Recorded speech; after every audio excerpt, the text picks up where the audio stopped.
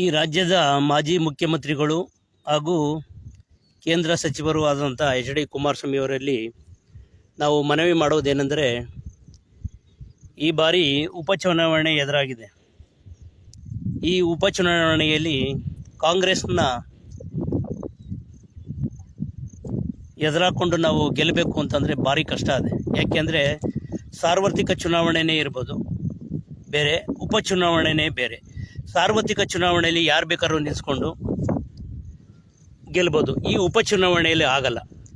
ಉಪಚುನಾವಣೆಯಲ್ಲಿ ಎಲ್ಲ ಮಂತ್ರಿಗಳು ಕೂಡ ಬಂದು ಟೀಕಾಣಿ ಹೊಡ್ತಾರೆ. ಪ್ರತಿಯೊಂದು ಪಂಚಾಯತಿಗೂ ಕೂಡ ಒಬ್ಬೊಬ್ಬರು ಉಸ್ತುವಾರಿ ತಗೋತಾರೆ. ಉಸ್ತುವಾರಿ ತಗೊಂಡು ಒಂದು ಪ್ರತಿಷ್ಠೆಯಾಗಿ ತಗೋತಾರೆ. ಅದರಲ್ಲೂ ಡಿ ಕೆ ಶಿವಕುಮಾರ್ ಅವರು ಈ ಬಾರಿ ಆ ತಮ್ಮನ ಸೋಲು ಅವ್ರಿಗೆ ತುಂಬ ನಿದ್ದೆಗೆಡಿಸಿದೆ. ಆ ಪ್ರತಿಷ್ಠೆಯನ್ನು ಈ ಸರಿ ಚನ್ನಪಟ್ಟಣ ತಾಲೂಕಲ್ಲಿ ನಾವು ತೀರ್ಸ್ಕೋಬೇಕು ಅಂದ್ಬಿಟ್ಟು ತುಂಬ ಪಣ ತೊಟ್ಟವ್ರೆ. ಪಣ ತೊಟ್ಟಿರೋ ಉದ್ದೇಶದಿಂದ ನಾವು ಸಮರ್ಥ ಅಭ್ಯರ್ಥಿ ಅಂತಂದರೆ, ಎನ್ ಡಿ ಎ ಅಭ್ಯರ್ಥಿ ಅಂತಂದರೆ ಸಿ ಪಿ ಯೋಗೇಶ್ವರ್ ಅವ್ರನ್ನೇ ನಿಲ್ಲಿಸ್ಬೇಕು. ಸಿ ಪಿ ಯೋಗೇಶ್ವರ್ ಅವ್ರನ್ನ ಯಾಕೆ ನಿಲ್ಲಿಸ್ಬೇಕು ಅಂತಂದರೆ, ಸ್ವಾಮಿ ಕಾಲದಿಂದ ನಾವು ಯೋಗೇಶ್ ಅವ್ರ ಜೊತೆಲೇ ಹೋರಾಟ ಮಾಡ್ಕೊಬಂದದ್ದು. ನಾವು ಒಂದು ಸ್ಥಳೀಯ ಸಂಸ್ಥೆ ಇರ್ಬೋದು, ಒಂದು MLA ಇರ್ಬೋದು, MP ಇರ್ಬೋದು, ಪ್ರತಿಯೊಂದರಲ್ಲೂ ಯೋಗೇಶ್ವರ್ ಅವ್ರ ಜೊತೆಲೇ ಹೋರಾಟ ಮಾಡ್ಕೊಬಂದು. ಯಾಕೆಂದರೆ ಅವತ್ತು ಅವ್ರದ್ದು BJP ಇತ್ತು, ನಮ್ಮದು JDS ಇತ್ತು. ಇವತ್ತು ಆಗಲ್ಲ ಸ್ವಾಮಿ. ಎರಡು ಮೈತ್ರಿ ಮಾಡ್ಕೊಂಡವ್ರೆ ಸೆಂಟ್ರಲಿಂದ ಮೈತ್ರಿ ಮಾಡ್ಕೊಂಡಿರೋ ಉದ್ದೇಶದಿಂದ ನಾವು NDA ಅಭ್ಯರ್ಥಿಯಾಗಿ ಸಿ ಪಿ ಯೋಗೇಶ್ವರ್ ಅವ್ರನ್ನ ಕಣಕ್ಕೆ ನಿಲ್ಲಿಸ್ಬೇಕು. ಅವರು ನಿಲ್ಲಿಸೋದೇ ಅದೇ ಸಮರ್ಥ ಅಭ್ಯರ್ಥಿ ಅಂದ್ಬಿಟ್ಟು ಎಲ್ಲ ತಿಳ್ಕೊಂಡಿರಿ. ಯಾಕೆಂದರೆ ಅವರು ಚನ್ನಪಟ್ಟಣದಲ್ಲಿ 224 ವಿಧಾನಸಭಾ ಕ್ಷೇತ್ರದಲ್ಲಿ ಮಾಡದಿರುವಂಥ ಸಾಧನೆಯನ್ನು ಸಿ ಪಿ ಯೋಗೇಶ್ವರ್ ಅವ್ರು ಮಾಡೋರು. ಯಾಕೆಂತಂದರೆ ಪ್ರತಿ ಒಂದು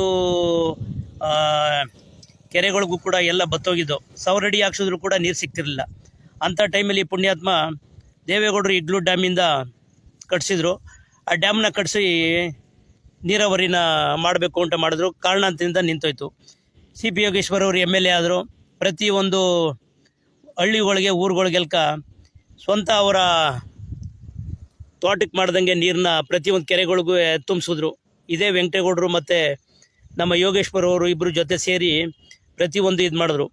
ಸುಮಾರು ಜನ ಗುಳ್ಳೆ ಹೊಂಟಾಯ್ತಾಯಿದ್ರು ಎಲ್ಲ ಬೆಂಗಳೂರಿಗೆಲ್ಕ. ನಮ್ಮವೇ ಸುಮಾರು ಬೋರ್ಗಳೆಲ್ಲ ನಿಂತೋಯ್ತದೆ. ಇವತ್ತು ಸಮುದ್ರೀಯ ಓಡ್ತವೆ. ಅದಕ್ಕೆ ಕಾರಣ ಯೋಗೇಶ್ವರ್ ಅವರು. ಆ ಋಣ ನಮ್ಮ ತಲೆ ಮೇಲೆ ಅದೇ ಸ್ವಾಮಿ. ಆ ಋಣ ತೀರಿಸಬೇಕು ಅಂತಂದರೆ ಸಿ ಪಿ ಯೋಗೇಶ್ವರ್ ಅವ್ರಿಗೆ ಈ ಸರಿ ನಾವು ಒಮ್ಮತ ಅಭ್ಯರ್ಥಿ ಆಗಬೇಕು. ಯಾಕೆಂದರೆ ಆ ಪುಣ್ಯಾತ್ಮ ದ್ವೇಷದ ರಾಜಕಾರಣ ಯಾವತ್ತೂ ಮಾಡಿದವರಲ್ಲ ಅವರು. ಯಾಕೆಂದರೆ ಒಂದು ಊರಲ್ಲಿ ಗಲಾಟೆ ಬಂದು ಮಾಮೂಲಿ ಬರ್ತದೆ, ಆಯ್ತದೆ. ಆಗ ಅವ್ರ ಗಮನಕ್ಕೆ ಬಂದಾಗ ಅದೇ ಒಂದು ಯಾವುದು ತಾಲೂಕಲ್ಲಿ ಇನ್ಸ್ಪೆಕ್ಟರ್ ಇರ್ತಾರೆ, ನೋಡಪ್ಪ ನನ್ನ ಗಮನಕ್ಕೆ ತರೋಕೋಬೇಡಿ, ಅದೇನು ತಪ್ಪು ನೆಪ್ಪಿರ್ತದೆ ಅದು ರಾಜಿ ಮಾಡಿಬಿಟ್ಟು ಕಳಿಸ್ಬಿಡಿ ಅಂತಿದ್ದು ಪುಣ್ಯಾತ್ಮ. ಒಬ್ಬರ ಜೊತೆಲಿ JDSನವರು ಇವರು ಅಂದ್ಬಿಟ್ಟು ಯಾವತ್ತೂ ಅವ್ರ ಜೀವಮಾನದಲ್ಲಿ ಒಂದು ದಿನ ನಮ್ಮ ಮೇಲೆ ಕೇಸ್ ಹಾಕೋದು ಮತ್ತೊಂದು ಮಾಡಲಿಲ್ಲ ಪುಣ್ಯಾತ್ಮ. ನಮ್ಮದೇ ಪಾರ್ಟಿ, ನಮಗೆ ಯಾವತ್ತೂ ಕೂಡ ಬಂದವ್ರಿಗೆ, ನಮಗೆ ಅಂತಲ್ಲ ಎಲ್ಲರಿಗೂ ಅಷ್ಟೇ, ಯಾರಿಗೂ ಕೂಡ ದ್ವೇಷದ ರಾಜಕಾರಣ ಮಾಡಲಿಲ್ಲ. ಅಂಥ ಪುಣ್ಯಾತ್ಮನ ನಾವು ಈ ಸರಿ ಒಮ್ಮತ ಅಭ್ಯರ್ಥಿಯಾಗಿ ಗೆಲ್ಲಿಸ್ಬೇಕು. ಯಾಕೆ ಅಂತಂದರೆ ತುಂಬ ಅವ್ರದ್ದೇ ಆದಂಥ ಒಂದು ವರ್ಚಸ್ಸು ಇಟ್ಕೊಂಡಿರುವಂಥ ಯೋಗೇಶ್ವರ್ ಅವರು. ಯಾಕೆಂದರೆ ಬೇರೆ ಆಗಿದ್ರೆ ನಾವು ಸಾರ್ವತ್ರಿಕ ಚುನಾವಣೆ ಆಗಿದ್ರೆ ಬಿಡಿ, ನೀವು ಹೇಳ್ದಂಗೆ ಯಾರು ಬೇಕಾದ್ರೂ ಕೊಡ್ಬೋದಾಯಿತು. ಯಾಕೆಂದರೆ ಹಿಂದೆ ಗುದ್ದಾಡ್ಕೊಂಡು 3 ಆಳು ಏನಾರ ಗುದ್ದಾಡ್ಕೊಂಡು, ಈ ಸರಿ 2 ಆಳು ಗುದ್ದಾಡ್ಕೊಂಡು ಇದಾದರೆ ಅದೇನು ಹೇಳ್ತಾರಲ್ಲ ಗಾದಿಯ, ಅಂಗುನಾಮ ಪಂಗುನಾಮ ಸದರಮಿ ಇಕ್ಕಿದಳು 3 ನಾಮ ಅಂತ ಹಂಗೆ ಆಗೋಯ್ತದೆ. ಮೂರನೇವ್ರಿಗೆ ಲಾಭ ಆಗೋಯ್ತದೆ. ಗುದ್ದಾಡೋದು ಬೇಡ. ಇಬ್ಬರು ಒಮ್ಮತವಾಗಿ ಅಭ್ಯರ್ಥಿಯಾಗಿ ಯೋಗೇಶ್ವರ್ ಅವ್ರಿಗೆ ಕಣ ಕೊಡಬೇಕು. ಇಲ್ದರೆ ಇವ್ರು ಸೋಲ್ಬೇಕು, ಇಲ್ದರೆ ಅವ್ರು ಸೋಲ್ಬೇಕು. ಇಬ್ಬರು ಸೋಲಿಲ್ಲ ಅಂದರೆ BJPಗೂ ಹೊಡೆತ ಬೀಳ್ತದೆ, JDSಗೂ ಹೊಡೆತ ಬೀಳ್ತದೆ. ಕುಮಾರಸ್ವಾಮಿ ಯೋಚನೆ ಮಾಡ್ಬೋದು, ಏನು JDS ಚಿಹ್ನೆ ಮೇಲೆ ನಿಂತ್ಕೊಳ್ಳಿಲ್ಲ, BJP ಚಿಹ್ನೆ ನಿಂತ್ಕೋತಾವ್ರೆ, JDS ಚನ್ನಪಟ್ಟಣ ತಾಲೂಕಲ್ಲಿ ಹೊಂಟಾಯ್ತದೆ ಅಂತ ಎಲ್ಲೂ ಹೋಗೋದಿಲ್ಲ ಸ್ವಾಮಿ. ಯಾರು ಇರಲಿ ಇಲ್ಲದೆ ಇರಲಿ, ಚನ್ನಪಟ್ಟಣ ತಾಲೂಕಲ್ಲಿ ಕಮ್ಮಿ ಅಂದರು 70,000 ರಿಂದ 80,000 ಜನ JDS ಕಾರ್ಯಕರ್ತರು ಆಲ್ರೆಡಿ ಅವರೇ ಸ್ವಾಮಿ. ಅವ್ರು ಯಾವ ಪಕ್ಷಕ್ಕೆ ಹೋದ್ರೂ ನಿಮ್ಮ ಜೊತೆಲಿ ಬೆನ್ನೆಲುಬಾಗಿ ನಿಲ್ತಾರೆ. ಅದನ್ನು ನೀವು 2 ಮಾತು ತಿಳ್ಕೊಕೋಬೇಡಿ.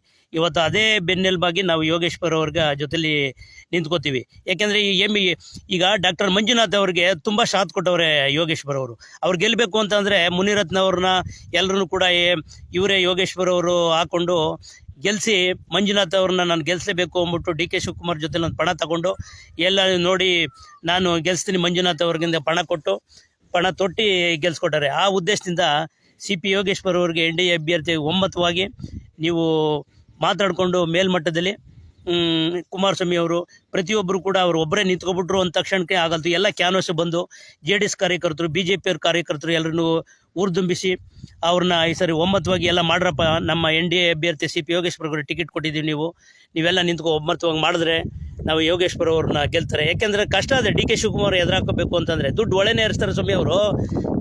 ಸಣ್ಣ ಪಣ್ಣ ಅಲ್ಲ, ದುಡ್ಡು ಒಳ್ಳೆನೇ ಇರ್ತಾರೆ. ಅವ್ರಿಗೇನು ಆಟು ಕುಂಟು ಲೆಕ್ಕಕ್ಕಿಲ್ಲ ದುಡ್ಡು. ಬೇಜಾನ್ ದುಡ್ಡದೆ. ಇಂಥವೇನು ಇವ್ರಿಗೇನು ಲೆಕ್ಕಕ್ಕಿಲ್ಲ. ಇಲ್ಲಿ ಕಷ್ಟ ಅದೆ, ನಮ್ಮಲ್ಲಿ ಭಾರಿ ಕಷ್ಟ ಅದೆ, ನನಗೆ ಗೊತ್ತು.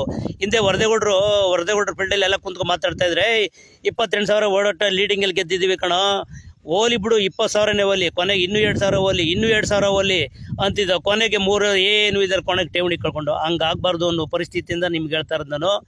ಈ ಸರಿ ಒಮ್ಮತವಾಗಿ ಸಿ ಪಿ ಯೋಗೇಶ್ವರ್ ಅವರು ಟಿಕೆಟ್ ಕೊಡಿ. ಯಾಕೆಂದರೆ ಪುಣ್ಯಾತ್ಮ ಒಳ್ಳೆ ಕೆಲಸ ಕಾರ್ಯ ಮಾಡೋಣ, ಆ ಋಣ ನಮ್ಮ ತಲೆ ಮೇಲೆ ತೀರಿಸ್ತೀವಿ.